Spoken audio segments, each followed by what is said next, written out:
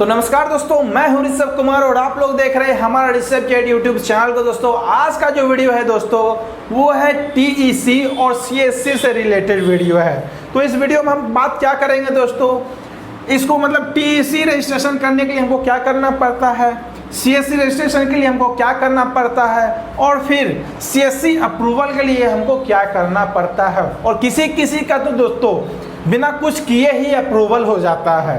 तो दोनों के बारे में बात होगा आज का वीडियो में। तो आज का जो वीडियो है वो बहुत ही ज़्यादा ज़बरदस्त बनने वाली है। अगर जो आप लोगों ने हमारा यूट्यूब चैनल को अभी तक सब्सक्राइब नहीं किए हैं तो फटाफट आप लोग हमारा यूट्यूब चैनल को सब्सक्राइब कर ले और बेल आइकन को दबाना बिल्कुल भी ना भूलिएगा दोस्तों, क्योंकि बेल आइकन जब तक आप नहीं दबाएंगे तब तक हमारा वीडियो का नोटिफिकेशन सबसे पहले आपके मोबाइल तक नहीं पहुँच पाएगा। तो फटाफट आप बेल आइकन को भी दबा लीजिए। अगर जो हमारा वीडियो आपको अच्छा लगा तो आप लाइक ज़रूर कर दीजिएगा। अगर जो आपके मन में कोई हमारे वीडियो से रिलेटेड क्वेश्चन आती है तो आप हमें कमेंट करके पूछ सकते हैं। तो चलिए आज का जो टॉपिक हमारा है वो है टीईसी और सीएससी से रिलेटेड। तो इस दोनों टॉपिक में हम क्या बात करने वाले हैं और तीसरी बात जो आती है वो अप्रूवल की बात आती है, तो उसमें हम क्या बात करने वाले हैं, तो इस पर आज हम चर्चा करते हैं। चलिए तो वीडियो को स्टार्ट करते हैं। सबसे पहले हमारा टॉपिक आता है टीईसी, ठीक है। तो सबसे पहले हमारा टॉपिक आ गया टीईसी और दूसरा टॉपिक जो हमारा आता है वो सीएससी। तो टीईसी क्या है, सीएससी क्या है, ये दोनों के बारे में आज हम डिस्कस करेंगे। सबसे पहले हम आपको बताते हैं कि ये जो टीईसी है इसमें आपको क्या फ़ायदा है कि सबसे पहले आप जब तक ये आप नहीं बनाते हैं तब तक आपको सीएससी आईडी आपको नहीं मिल पाएगा। यानी बोलने का सीधा सीधा हमारा अर्थ यह है कि आप टीईसी फॉर्म को जब तक नहीं फिल करेंगे तब तक आपका जो है सीएससी फॉर्म फिल नहीं हो पाएगा, क्योंकि इसका जो सर्टिफिकेट होता है उसमें एक टीईसी नंबर होता है, ठीक है। सर्टिफिकेट मिलने से पहले दोस्तों आपको टीईसी नंबर दे दिया जाता है। आप भर सकते हैं सीएससी को फिर भी, लेकिन हमारा कहने का उद्देश्य यही है कि सबसे पहले आप जो है टीईसी एग्ज़ाम को अच्छे से पास कर ले, उसके बाद आप जो है सीएससी को फिर सीएससी के बारे में आप सोचें, ठीक है।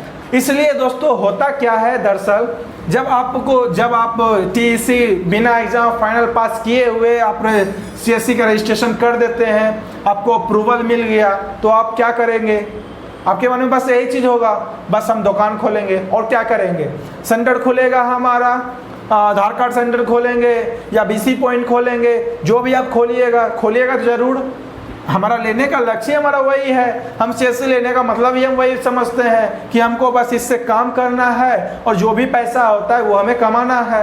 तो होता क्या है, जब आप सीएससी स्टार्ट कर देते हैं तो आप टीईसी को भूल जाते हैं। जब आप टीईसी को भूल गए तो एक दिन आपके सेंटर पे आ जाता है चेक इन करने के लिए। जब चेक इन करने के लिए आता है तो आपसे मांगा जाता है टीईसी सर्टिफिकेट, जो आपके पास में तो होता नहीं है, आपने तो उसको भूल गया था, तो आपके पास होता नहीं है। तो बस डिस्ट्रिक्ट मैनेजर क्या करेंगे आपके साथ, आपका सीएससी को रद्द कर देंगे और फिर वो अपना बुढ़िया बिस्तर समेट के चले जाएंगे। तो आपके पास बचा क्या, कुछ भी नहीं बचा। आपने जो पैसा लगाया था टीईसी में, कुछ पैसे लगते हैं 1400 कुछ पैसे लगते हैं, आपने जो लगाया था वो तो आपका बर्बाद हो गया।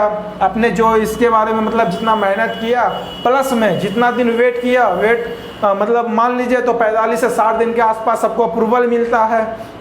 किसी किसी को 2 दिन में मिल जाता है, तो वो अच्छी बात है। क्यों मिल जाता है इसके बारे में भी हम डिस्कस कर देते हैं। इसलिए मिल जाता है क्योंकि उसके मतलब जो होते हैं ना क्षेत्र में, उसके क्षेत्र में मतलब सीएससी का 1-2 बंदा होता होगा या तो एक भी नहीं होता होगा, तो इसलिए उसको फटाक से अप्रूवल मिल जाता है, ठीक है।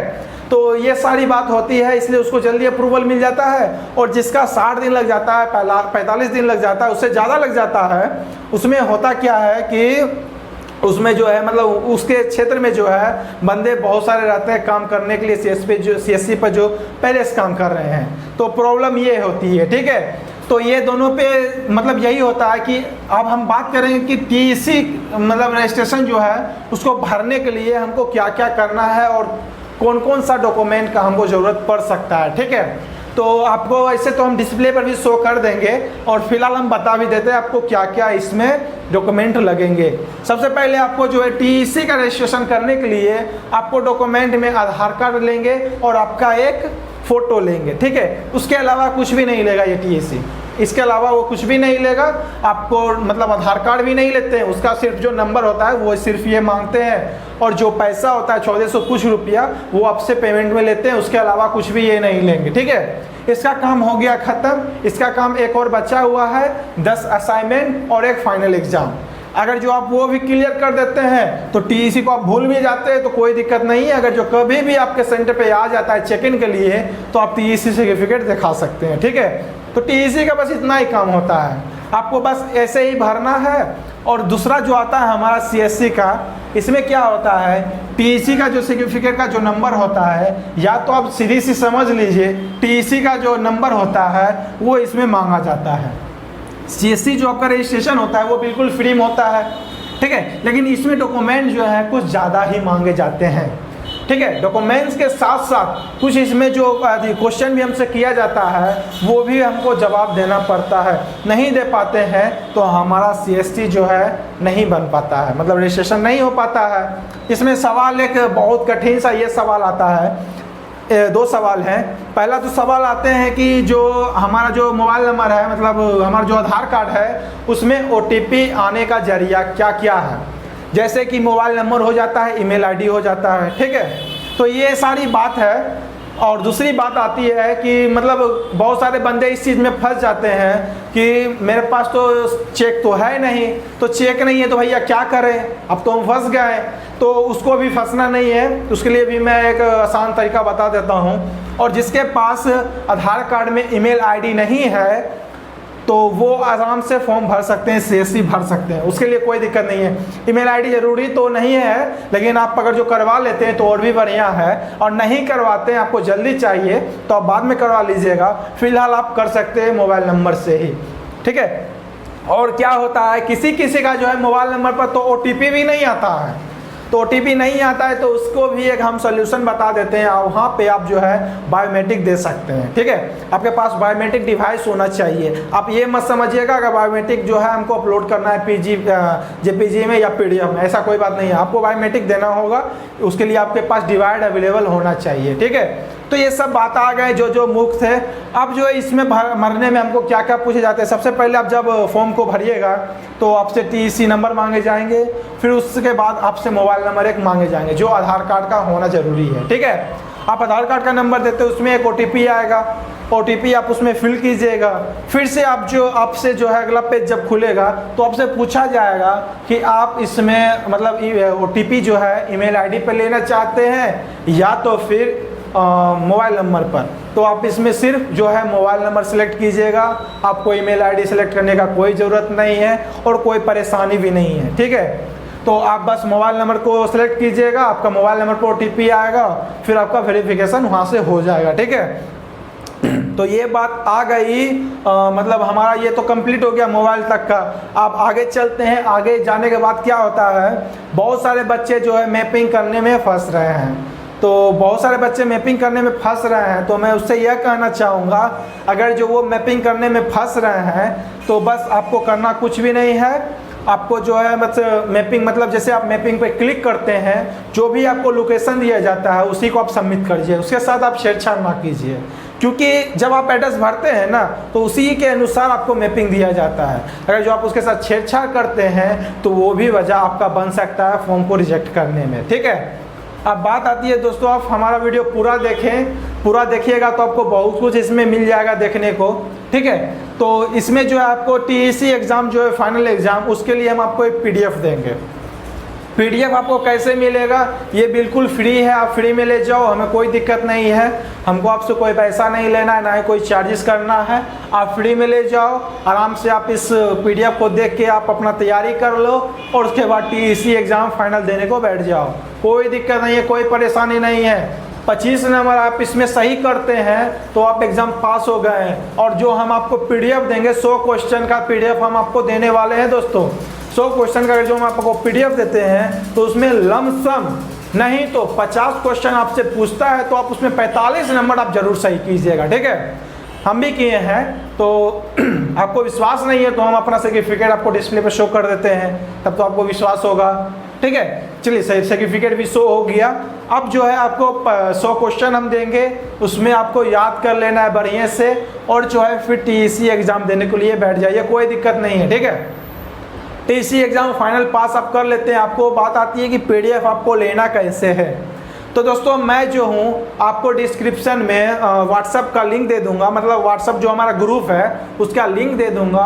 आप सबसे पहले हमारा व्हाट्सअप में जाके ज्वाइन हो जाइए, और फिर जो है वहाँ से आप जो है हमारा पीडीएफ को ले सकते हैं, ठीक है। आप वहाँ से पीडीएफ ले लीजिए। हाँ, हमारा जो व्हाट्सएप ग्रुप है दोस्तों, हम उसमें जो है कंपटीशन का क्लास जो करवाते हैं यूट्यूब पर, उसका भी मटेरियल उसमें हम देते हैं, ठीक है। जब जब हमारा क्लास होता है तब तक उसमें मटेरियल रहता है। ज़्यादातर हमारा जो मटेरियल जो है वो मैथ से रिलेटेड रहता है। हाँ, कुछ वैसे क्वेश्चन आते हैं, मतलब जो जीके जीएस में हो गया, कुछ ऐसे क्वेश्चन आते हैं जो हमें अच्छा लगता है तो वो हम दे देते हैं, और कुछ ऐसे मतलब इंग्लिश में क्वेश्चन होता है, मतलब जो अच्छा लगता है हमें, वो भी हम उसमें डालते हैं। तो आप लोग फटाफट उसमें ज्वाइन हो जाइए।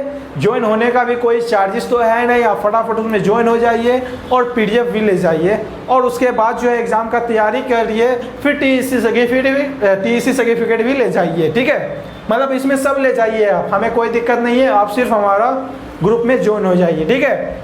आगे बात करते हैं दोस्तों कि अप्रूवल के बारे में। अप्रूवल क्यों नहीं हो पाता है, किसी किसी का अप्रूवल जल्दी क्यों हो जाता है, किसी किसी का अप्रूवल लेट से क्यों होता है, ठीक है। तो जैसा कि हमने पहले ही कहा था वीडियो के बीच में कि अप्रूवल जो है आपको होता क्या है, मतलब किसी के गांव में कम सेंटर होने के कारण उसका जल्दी हो जाता है, और किसी के गांव में ज़्यादा सेंटर होने के कारण अप्रूवल लेट से मिलता है। तो मतलब हम तो पूरा स्टेट का तो हमें नहीं पता है, हमें जितना तक कि पता है, मतलब बिहार का जो भी सीएससी वीएलई बनना चाहते हैं, ठीक है, तो मैं उसके लिए आपको 3 ईमेल आईडी दूंगा। आप तीनों ईमेल आईडी को बढ़िया से देख लीजिएगा, और जब आप तीनों ईमेल आईडी को देख लीजिएगा तो आपको डिस्प्ले पर हम शो कर रहे हैं, आप देख लीजिए कैसे कैसे हमने फिल किया है। आप उस ईमेल आईडी को वैसे ही फिल कर दीजिए। तीनों ईमेल आईडी को आपको एक साथ जो है सेंड करना है, मतलब तीनों ईमेल आईडी पे एक ही साथ आपको सारा डॉक्यूमेंट सेंड करना है, और कुछ मतलब क्वेश्चन जो है उसको सेंड करना है। क्वेश्चन में क्या दोस्तों, बस यही रेफरेंस नंबर हो गया, आपका नाम क्या है और आपके पिताजी का नाम क्या है, आपने कौन से ईमेल आईडी दिए थे, आपने कौन से फ़ोन नंबर दिए थे, और आपका डिस्ट्रिक्ट कौन सा है, आपका स्टेट कौन सा है, आपका पिन कोड कौन सा है, बस यही सब आपको भरना है। वो आपको डिस्प्ले पर तो शो हो ही गया होगा, आप उसको देख लीजिए। बस वैसे ही आपको फिलअप करके आपको भेज देना है। ये हम बार बार कर रहे हैं बिहार के बच्चों, मतलब जो बिहार के वीएलई बनना चाहते हैं, बिहार में वीएलई बनना चाहते हैं सीएससी का, मैं सिर्फ उसके बारे में बात कर रहा हूँ। अदर स्टेट का तो अभी पता नहीं है, जैसे जैसे हमें अदर स्टेट का मिलेगा दोस्तों, मैं वैसे वैसे आप पे वीडियो बनाता जाऊँगा, आप लोग उसको देखिएगा, और अच्छे से मतलब अप्रूवल के लिए सोचना नहीं आपको। अप्रूवल होने में जो है आपको कम से कम 3 से 4 दिन का समय लगेगा। आप उस पर जब मैसेज करिएगा तो आपको 3 से 4 दिन के भीतर जो है आपको मैसेज दे दिया जाएगा कि आपका फॉर्म रिजेक्ट हुआ या फिर अप्रूवल हुआ, ठीक है। ये सारा प्रोसेस आपको दे दिया जाएगा। प्लस में दोस्तों आपको तो पता ही है, जब हमारा फॉर्म रिजेक्ट होता है तो किस कारण के वजह से होता है ये भी आपको मैसेज में लिखा हुआ रहता है, ठीक है।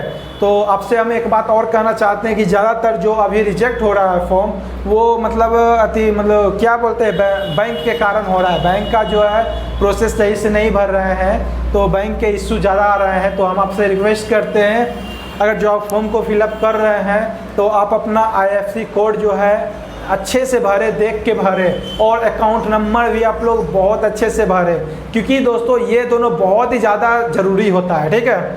और दूसरी बात जो आता है बैंक में ज़रूरी, वो आपका जो है खाता है।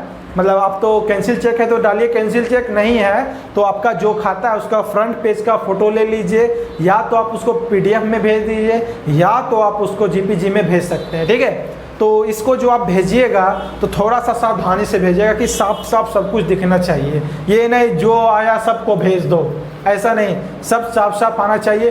हाँ, इसमें जो आपको फ़ोटो नहीं लेना है, आपको स्कैन करवाना है किसी के द्वारा, ठीक है। आप अपने मोबाइल से स्कैन कीजिए, या तो फिर आपके पास प्रिंटर है तो अच्छी बात है, स्कैन वहाँ से आप कर लीजिए। तो ये हमारा आज का टॉपिक है दोस्तों। हाँ, जो भी भाई हमारा वीडियो को लास्ट तक नहीं देखे होंगे तो उसके पास जो हमारा TEC का PDF जो है वो नहीं गया होगा, ये हमें पता है, ठीक है। तो आशा करता हूँ दोस्तों कि आपको ये वीडियो अच्छा लगा है। अगर जो अच्छा लगा है तो आप लोग लाइक ज़रूर कीजिए, हमें पता चलेगा कि आप लोग हमारे वीडियो को पसंद किए हैं। और आपके मन में कोई क्वेश्चन आता है तो आप हमें कमेंट कीजिए, हमें पता चलेगा कि आपके मन में हमारा वीडियो देख के कुछ क्वेश्चन भी आया है, हम उसको सॉल्व जरूर करेंगे। अगले जो वीडियो हमारा आएगा वो आपका क्वेश्चन पे रहेगा, आप जो हमसे क्वेश्चन कर रहे हैं, ठीक है। तो ये सारा प्रोसेस आज हम बता दिए हैं। आज का वीडियो हमारा यहीं तक रहा दोस्तों। जय हिंद, जय भारत।